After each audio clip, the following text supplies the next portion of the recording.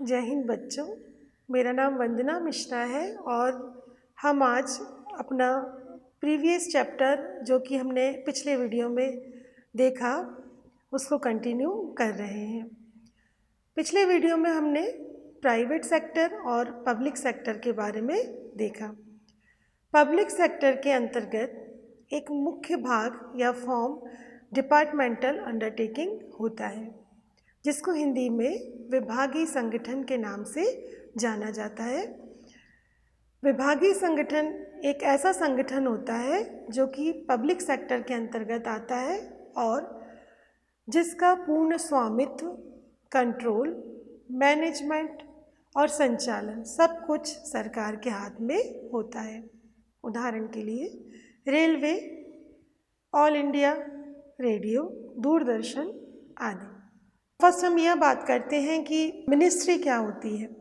बच्चों, गवर्नमेंट बहुत सारे काम करती है, जैसे agriculture, human resources, infrastructure, commerce से रिलेटेड एक्टिविटीज़। इन सारी एक्टिविटीज़ को मैनेज करने का और देखने का काम गवर्नमेंट करती है। तो बेटा, क्या हर जगह सरकार या एक ही व्यक्ति अवेलेबल हो सकता है या सारे कामों को एक साथ संभाल सकता है? तो बेटर क्या होगा? बेटर यह होगा कि सरकार द्वारा अलग अलग डिपार्टमेंट बना दिए जाएं या फिर अलग अलग मिनिस्ट्री बना दी जाए। मतलब कि एक डिपार्टमेंट को एग्रीकल्चर का काम दे दिया जाए, एक डिपार्टमेंट को कॉमर्स से रिलेटेड एक्टिविटीज़ का काम दे दिया जाए, एक डिपार्टमेंट को फाइनेंस से रिलेटेड एक्टिविटी का काम दे दिया जाए आदि। इसी को हम कहते हैं मिनिस्ट्री। एक्चुअली में बेटा, ये जिस नाम की मिनिस्ट्री होती है वह पर्टिकुलर उसी काम को देखती है। एग्रीकल्चर मिनिस्ट्री एग्रीकल्चर के काम को देखेगी, फाइनेंस मिनिस्ट्री फाइनेंस से रिलेटेड कामों को देखेगी आदि। और इसमें जो लोग भी अपॉइंट किए जाते हैं वो उस पर्टिकुलर फील्ड के एक्सपर्ट होते हैं। इन डिपार्टमेंट्स में प्रबंधकों के रूप में उच्च स्तरीय शासकीय अधिकारी जैसे IAS नियुक्त किए जाते हैं और इनका संचालन स्टेट गवर्नमेंट या सेंट्रल गवर्नमेंट दोनों के द्वारा किया जा सकता है या दोनों मिलकर भी इनको संचालित कर सकती हैं। बेटा, नेक्स्ट टॉपिक है इस चैप्टर में मल्टीनेशनल कंपनी, जिसको MNC या ग्लोबल इंटरप्राइजेस के नाम से भी हम जानते हैं। बेटा, आपने पीटर इंग्लैंड का नाम सुना ही होगा और पीटर इंग्लैंड का नाम सुनते ही आपके दिमाग में फॉरेन ब्रांड की एक छवि अपने आप ही आ जाती होगी। लेकिन मैं आपको ये बता दूं बेटा कि यह ब्रांड आदित्य बिरला ग्रुप ने जब से एक्वायर की है तब से इसने दुनिया भर के मार्केट पर अपनी शानदार छाप छोड़ी है और यह पूरी तरह से अब भारतीय ब्रांड है। दूसरा एग्जाम्पल हम लेते हैं कैफ़े कॉफ़ी डे का। इसका हेड ऑफिस बेंगलुरु में स्थित है। बात की जाए CCD के आउटलेट्स की तो पूरी दुनिया में इसके आउटलेट्स मौजूद हैं। CCD नेपाल, ऑस्ट्रिया, मलेशिया जैसे बहुत सारे देशों में अपनी शानदार कॉफ़ी का स्वाद लोगों को चखाता है।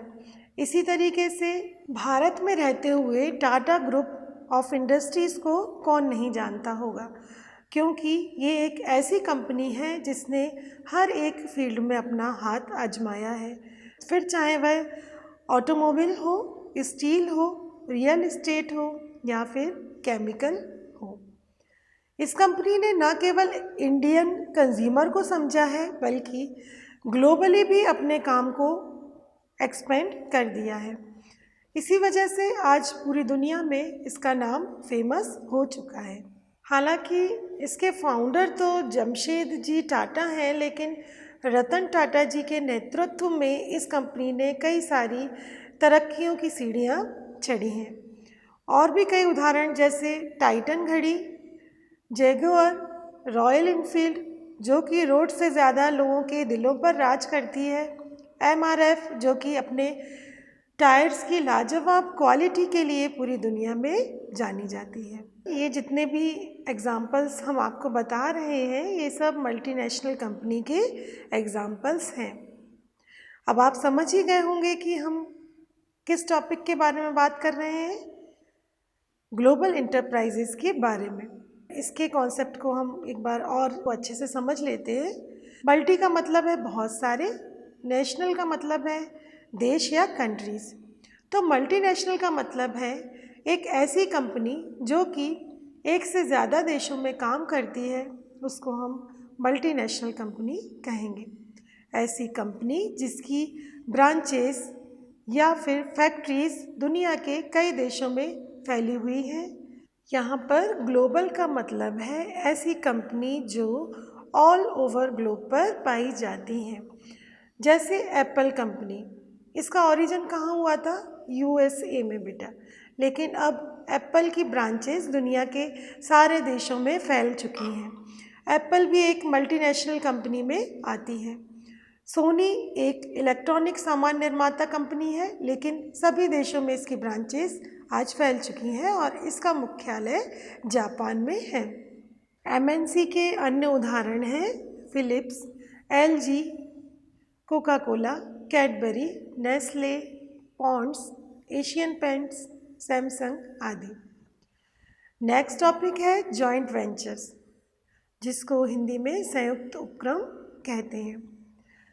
जॉइंट वेंचर एक ऐसी बिजनेस एक्टिविटी है जिसमें दो या दो से अधिक लोग मिलकर किसी प्रोजेक्ट को पूरा करने के लिए साथ में मिलकर काम करते हैं। उदाहरण के लिए राज नाम का एक व्यक्ति है जिसका अपना ट्रांसपोर्ट का एक बिजनेस है, और अमित नाम का एक और दूसरा व्यक्ति है जिसका प्रॉपर्टी का काम है। दोनों एक दिन शाम को बैठकर अपने अपने बिज़नेस के बारे में बात करते हैं कि भाई आजकल तो बिज़नेस जो है वो बहुत ठंडा पड़ा हुआ है, कोई भी प्रॉफिट बिज़नेस में नहीं हो रहा है।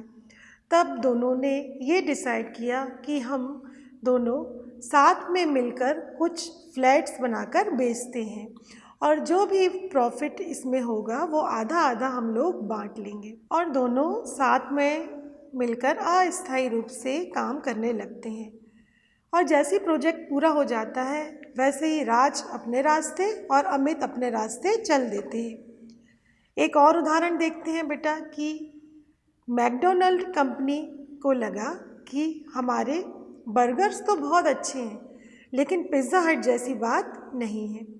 वहीं पिज़्ज़ा हट को लगा कि हमारे पिज़्ज़ा तो बहुत अच्छे हैं, लेकिन बाकी चीज़ों में हम पीछे हैं। तो दोनों ने सोचा कि क्यों ना हम दोनों आपस में मिल जाएं। उन्होंने डिसाइड किया कि क्यों ना हम कोलैबोरेट कर लें, मतलब आपस में मिल जाएं।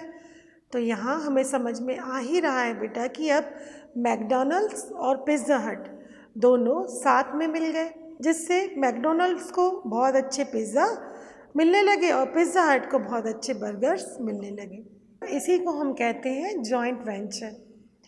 जॉइंट वेंचर में ये ज़रूरी नहीं है कि एक ही देश की कंपनी के बीच में कोलैबोरेट हो या एक ही देश की कंपनी आपस में मिलकर कोई काम करे। जैसे रिलायंस कंपनी, आजकल हम सुन रहे हैं कि हर हफ्ते किसी ना किसी कंपनी से हाथ मिलाकर किसी प्रोजेक्ट पर काम कर रही है। इन कंपनियों में गवर्नमेंट कंपनी, फॉरेन कंपनी और डोमेस्टिक कंपनी सभी तरह की कंपनियां इंक्लूड हैं।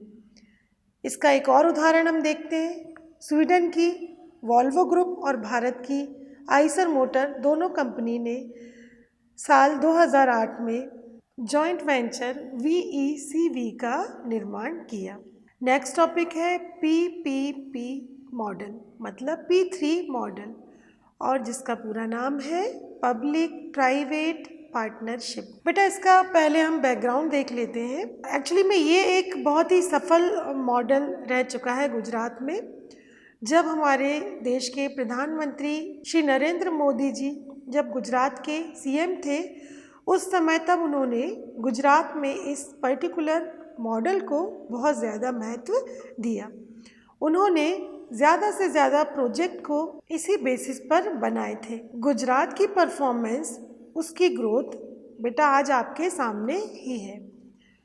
वो एक टाइम में कहाँ हुआ करता था और अब कहाँ पहुँच चुका है, ये आप सब देख ही रहे हैं। तो पूरे इंडिया में इस मॉडल को इम्प्लीमेंट करने की गवर्नमेंट की तरफ से कोशिश की जा रही है। ऐसा नहीं है कि इसका एवोल्यूशन जो हुआ वो गुजरात में ही हुआ था।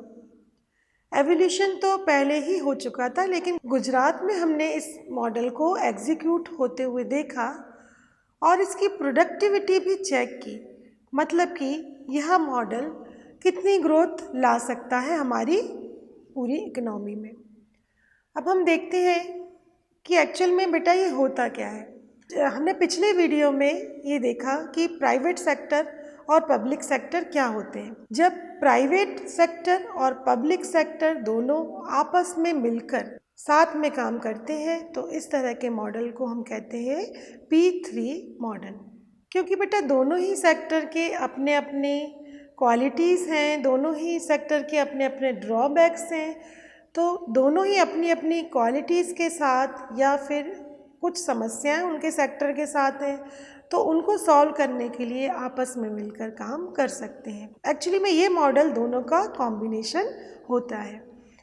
उदाहरण के लिए गवर्नमेंट को रोड बनानी है तो उस टाइम पे पब्लिक सेक्टर ने सोचा कि हम हमेशा रोड बनवाते हैं लेकिन हमें बहुत टाइम लग जाता है और हम इसके अलावा मतलब रोड बनवाने के अलावा भी गवर्नमेंट के पास और भी बहुत सारे काम होते हैं और भी बहुत सारे मुद्दे होते हैं। तो गवर्नमेंट ने सोचा कि हम दूसरे सेक्टर्स पर या दूसरे मुद्दों पर उतना ध्यान नहीं दे पाते हैं। ऐसा लगता है कि हम उतने इफ़िशिएंट नहीं हैं या उतने इफ़िशिएंटली काम नहीं कर पा रहे हैं जितना कि हम किसी और के साथ मिलकर कर सकते हैं।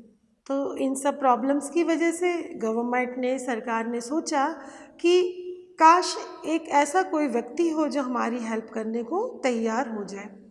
तो यहाँ पर प्राइवेट सेक्टर आ गया और प्राइवेट सेक्टर ने खुद के इनपुट्स रोड बनवाने में लगा दिए। पब्लिक सेक्टर ने इन रिटर्न या तो उनको अमाउंट पे किया या फिर उनको बोल दिया प्राइवेट सेक्टर वालों को कि इस रोड पर टोल और टैक्स कलेक्ट करने की ड्यूटी आपकी है जो आप ले सकते हो। हम एक और उदाहरण इसका लेते हैं बेटा।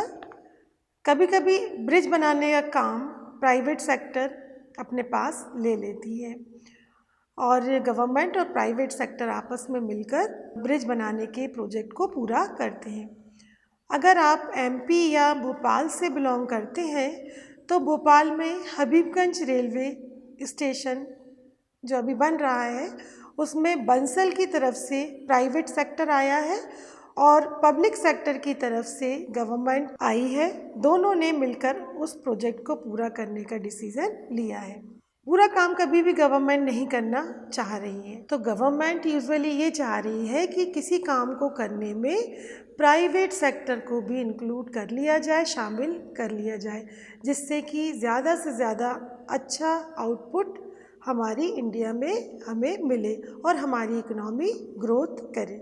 आई होप बच्चों कि आपको बिजनेस स्टडी का ये चैप्टर समझ में आ गया होगा और कहीं पर भी आपको कोई भी क्वेरीज हो या डाउट्स हो तो आप कमेंट बॉक्स में मुझे कमेंट करके पूछ सकते हैं। धन्यवाद बच्चों। जय हिंद बच्चों।